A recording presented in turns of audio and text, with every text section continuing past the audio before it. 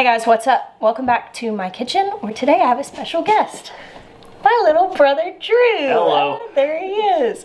I do want to clarify, I did not plan on making this channel public yet, so I had to only put one video up.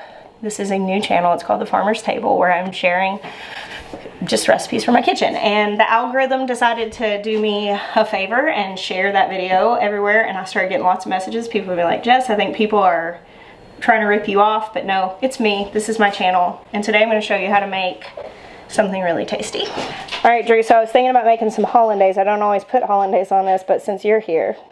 As long as it's served on a chrome dish. Why would you need that? Well, there's no plate like chrome for the hollandaise.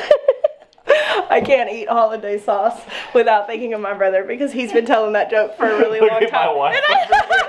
She's like, no, you didn't. It's the worst.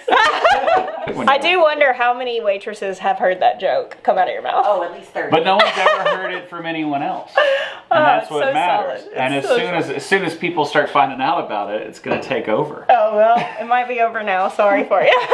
All right, so we're making breakfast bowls today, a sweet potato hash. So this is really simple. This is very basic farm food. A great way to use real ingredients to make something really fulfilling. Jeremiah calls this Thanksgiving in a bowl. Just the flavors are very seasonal to this time. And this is really a seasonal dish. So I just pulled the sweet potatoes out of the soil this morning. Had to scrub under my nails for that to come in and cook. Apples here in the Carolinas. We're coming to the end of apple season, so we got a lot of apples in the pantry. And then of course we've got onions, some bacon, I have rosemary, and then we're gonna do eggs and hollandaise sauce at the end. So let's start by browning the bacon. Go slow pan. Slow pan. I've got a 12-inch cast iron pan here. I'm going to turn the heat on, and I'm going to wait for it to get hot before I put my bacon in, because I want it to sear and not steam. So I just cut this bacon up into bits beforehand, put it on here. You don't want to overcrowd your pan with bacon, because then it will steam and it won't get crispy. So I'm going to drain this bacon out now that it's good and brown. Depending on how much fat your bacon has in it, you can drain some of the fat out of the pan, but you want to leave at least a couple of tablespoons, because we're going to cook these sweet potatoes and apples in this bacon grease. And we don't want a ton, because we don't want it to be like real oily and soggy, but we do want a little bit of this hot oil, because it's going to help crisp those.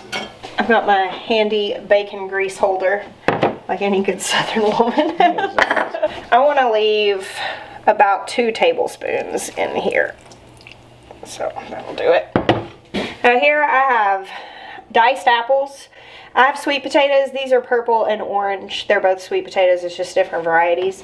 And I use about 2 apples to 3 sweet potatoes. Now that's kind of vague, because sweet potatoes and apples can obviously be really different sizes, but I want about 2 cups of diced apples to about 4 cups of sweet potatoes is what that works out to. And you can scale this up or down depending on how many people you're feeding. I think my pan's actually going to be just a touch small, but this stuff is going to shrink, so I'm just going to pile it in here.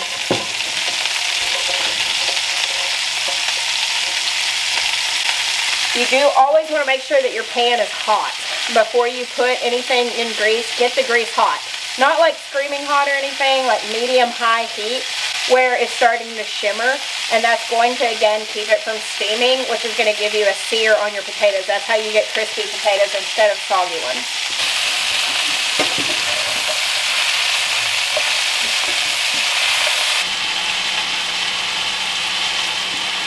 So it's been about 10 to 15 minutes since I put these in. I am stirring them pretty regularly. I want to have a few crispy bits, but mostly I'm looking for these sweet potatoes to start to soften, and they are.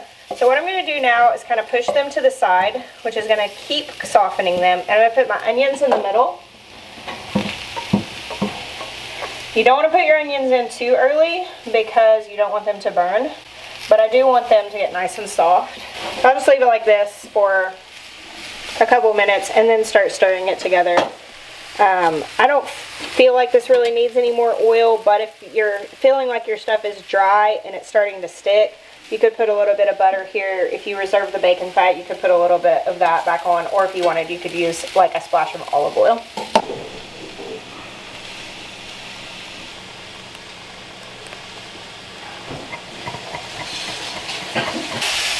just got about a tablespoon of rough chopped rosemary I'm going to put in here. To this point, I've not salted this. I usually don't do a lot of salt in this because bacon can vary so much and it is pretty salty. So with using the bacon grease, that's usually enough. You can also put thyme in if you want to use more herbs. Sage is nice in this. I'm actually probably going to go ahead and put another tablespoon of rosemary in. It's pretty. At this point, I've turned the heat down to like medium-low because I don't want to burn this, but I do want it to continue cooking through and let these onions get nice and soft. And while I'm doing this, I'm going to start working on the Hollandaise sauce. I just added about a tablespoon of butter to this because it was just kind of dry. This is one of those things that I can't say exactly what you need to do in a recipe as far as how much oil and butter, because it really depends on the produce that you're using, how fatty the bacon was, like different things like that. So you just, if it starts looking dry and it starts sticking, put a little bit more fat in the pan.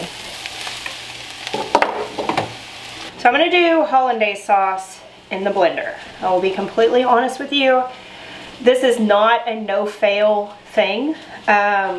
Most of the time my Hollandaise sauce sets up. Sometimes it's a little bit runny.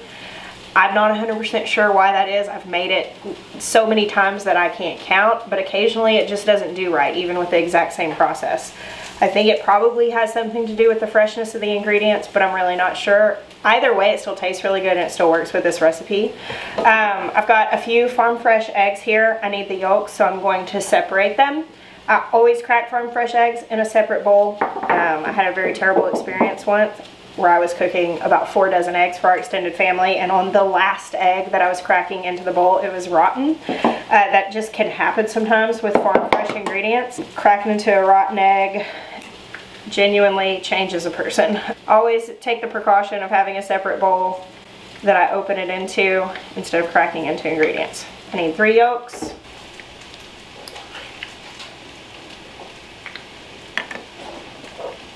To the eggs, I'm going to add a tablespoon of lemon juice. I do think fresh probably works better, but I don't have any. So about half a teaspoon of salt. We want a nice fine salt for this. I'm going to do just the slightest little pinch of cayenne pepper and about half a teaspoon of ground mustard. Okay, so the key with Hollandaise is that we are going to drizzle slowly this melted butter. I've got this is half a cup of butter, which is a stick of butter.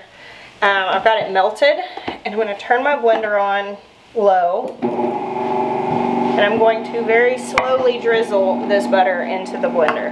As for this, I'm just going to do it with a spoon. You don't want to pour it in too fast because you want it to emulsify with that lemon juice and the egg yolks, and this is what causes it to set up. And these are raw egg yolks, so this hot butter is actually helping to cook them as well. Okay. I'm on medium speed, or low speed. I'm going to turn it up a little bit, kind of closer to medium. I'll put this recipe in a printable PDF in the comment section so you guys can print it out. You can keep it in your recipe binder. I'll just turn this up and let it run. It takes about 30 or 40 seconds. You want to go gentle here, you don't want to go high, because you can essentially break your sauce, which is causing it to separate. And we want it to get nice and creamy and whipped, but not broken. The worst that can happen is the texture's wrong, the flavor will still be good. So it's kind of one of those things, take the risk, try to learn how to do it. In the worst case that happens, you have like a slightly weird Hollandaise sauce. You probably don't have a chrome plate anyway, so we're not going for ideal. You're so proud of yourself. I have to because you're being the cameraman. I have to bring the joke in. Well, how's it look? I'm getting the Hollandaise eye wash. I'm trying to make sure that it's setting up. It's pretty good. Stuff like that. I've made better, but it's alright. Now I'm going to make some fried eggs. I'm not actually frying eggs, I'm actually basting eggs. We call them fried eggs. I don't know why. They're basted eggs, but nobody says that. So I've got a very seasoned cast iron pan. If your cast iron pan is not super seasoned, you can use non-stick, like if you have your favorite egg pan, but this is my egg pan for this purpose. I've been using it a long time and it is suited for the job. I'm gonna let my pan start getting hot. I'm gonna put just a little bit of butter in here. What is a little bit of butter to you? Oh, what is a little bit of butter to you? That's a good question. I don't know, maybe like a little less than a tablespoon, I would say. I just want a nice little coating here. I always crack my eggs into a separate bowl first. One thing you do want is for your pan to have a lid. If you do not have a lid that fits your pan, they make these really cool things, because for a lot of times for cast iron, you know, you might not have a proper lid, but they make these really cool like silicone covers. You could use something like that. You could just put a plate on top of it as long as you know it's a plate that's not gonna break. So my butter is nice and melted. It's bubbly. I've got this on medium heat. I want to put my egg in, being careful not to break it. That might have broke. No, it didn't. And I want to wait about 30-ish seconds until the white is set. While that's setting, I'm going to go ahead and mix this bacon back into my hash. My potatoes and apples are soft all the way through, got crispy sides, my onions are cooked, all mixed back together. Now that the white is set, I'm going to put a tablespoon of water in this pan and then cover it. You can hear it's making lots of steam while I wait. It's going to take about 30 more seconds. I'm going to make Drew a bowl since he's going to be my food tester here. That's me. I'm here to eat. You don't really want to peek on this because we want the steam to cook the top of the egg. Okay. Flip this over. Goes on top. Now, sometimes we do like several eggs, but we're going to test this. I might make Drew some more after he has to test. My Hollandaise is not super set up, but it's okay. It's set enough. On top of this, we'll do just a little bit of parsley for some color. All right, Drew, you want to taste it? Oh, goodness. No pressure or anything. Well, I may not be able to cook, but I can eat. All right, so you kind of got to mix it up and make it ugly. Yeah, I got to break this egg. You're like, don't worry, Jess, I'm a professional. Yeah, especially ugly food, too. So Drew and I can go into any restaurant and we will order the same thing. Well, we used to before I quit eating gluten. Yeah, I don't eat that, none of that gluten-free. I'm trying to make up for the gluten you're not eating. This is great. I'm glad you like it. All right, guys, I'll put the recipe and links down below where you can print them out and do that so you'll have them and you can enjoy a bowl of lovely farm breakfast like my little brother is here. If only the chrome dish. I know, we could have elevated, but we always have to leave something to look forward to in life. Something, you know? To be developed. Something for these people to improve upon. Yeah, right. Thank you guys for hanging out with us today. God bless you. Until next time.